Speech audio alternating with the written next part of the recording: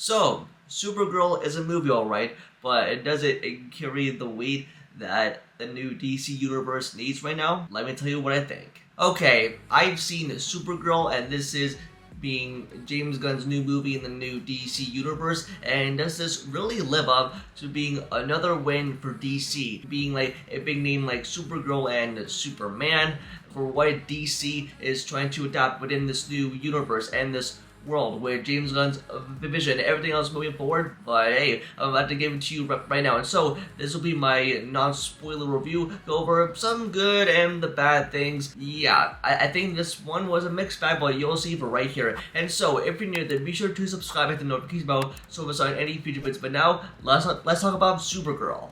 And now, with a big name like Supergirl, and this is the next entry in James Gunn's new DC universe. And I think coming off of Superman, that was like a good way of starting over, and this is a brand new universe, and with it being a continuing with Supergirl, and because with Superman and Supergirl, they are related, they are cousins, but just as Supergirl, and I kind of found it like to be like rockin' and charming, a feel-good story as really telling the way that Kara Zor-El is adapted on screen. It really just carries that for what we saw in Superman, but having it a bit of like open up like right here with what they are trying to adapt from the comics, especially from Woman of Tomorrow. It kind of feels like they are really adapting true material for how the title character stands out like a character like Supergirl from this world, and how it really comes to how Kara really is a Krypton and how she is related to Clark Kent. I just think that it really comes as a surprise that you really come to know her story and how she came to Earth.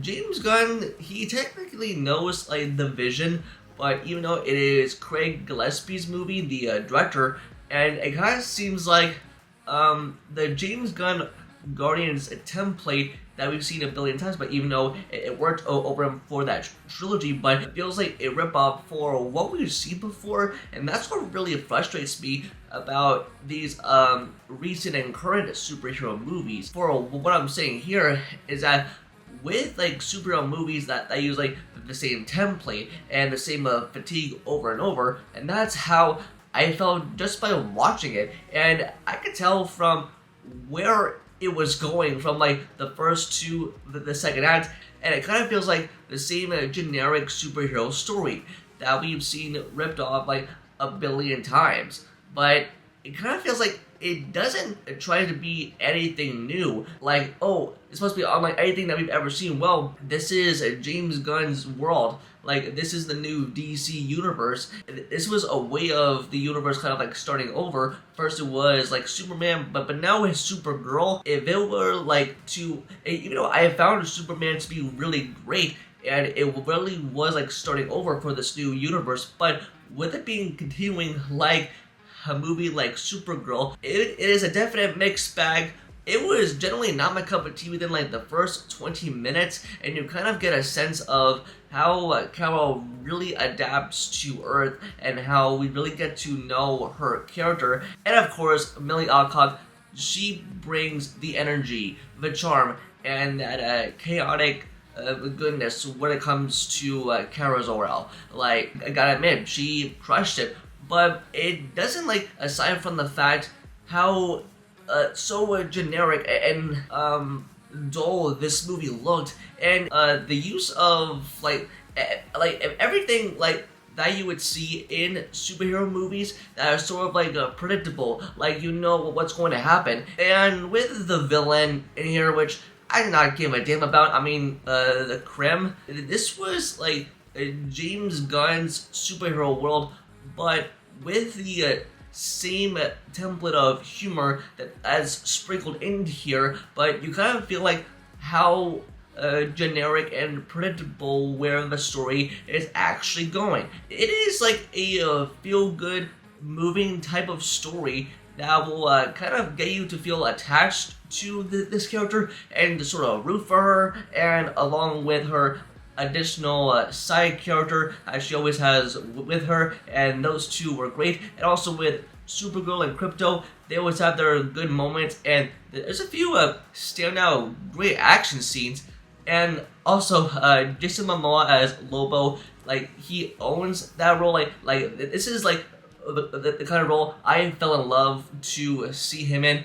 And I hope Lobo has a good future later down the line in the new DC universe as well. But it just does not take away that there might have been like a few good things that might have saved this movie. But with a superhero movie like this that's under 2 hours, you kind of feel like it was trying to get to like the next scene and the next scene, racing all the way just to like get to the final battle before the credits roll. And yeah, it's just what you want from a movie like this. And also David Corenswet, he's no longer just a cameo. He's in a few scenes that kind of saves this movie, and I kind of liked having Superman in here because it sort of makes sense. Just after Superman, I think like it really is missing sort of like the charm and the energy, and how Supergirl really formats into sort of like missing like the characteristics on what story is there to tell. But and also I liked how Kara's history is told, like how she came from Krypton and with her parents, and it's sort of like the cool to need, like, yeah, of course you need to know about this character, like be set up as that main character like down the line. We need to know about her. But this was a definite misfire on many levels, but it does have some good moments, and it does have some good of that humor. Like don't think of it as like a movie that is bad, but even if you are a fan of Supergirl and a fan of the comic, you'll definitely get some good enjoyment out of it. But for me, not so much. Yeah, I have to say this was a disappointment. As I take a step back, this generally feels like a copy and paste comic book, a template, a generic plot that even has us question what James Gunn is going to be adapting within like the rest of the new DC universe. If this is James Gunn's vision moving forward, I have no idea what's in store. How will I have any interest in Man of Tomorrow? That's something that next year will tell, but I'm hoping that that movie can live up to the hype than this. But yeah, I figured it was not for me. By the time the credits roll, it kind of like makes me like lose interest in what the new DCU universe has to offer. But hey, I'm rooting for DC all the way, especially for James Gunn. But like Supergirl just wasn't it. I kind of feel like I wanted more. But again, Supergirl was like an amazing character. But aside from the rest of it, I think a misfire from DC. But hey, it truly has slight a bit of good stuff that you enjoy. So yeah, that's all I have to say. But that's gonna do it for this video. Just let me know down below, and if you've seen Supergirl at the time of this review, and give me a rating to 1 out of 10. Tell me your highest in the comments down below. Don't forget to like the video and subscribe to turn on future videos. Also follow all my social medias all linked down below. And with that, I'll see you in the next video. Peace.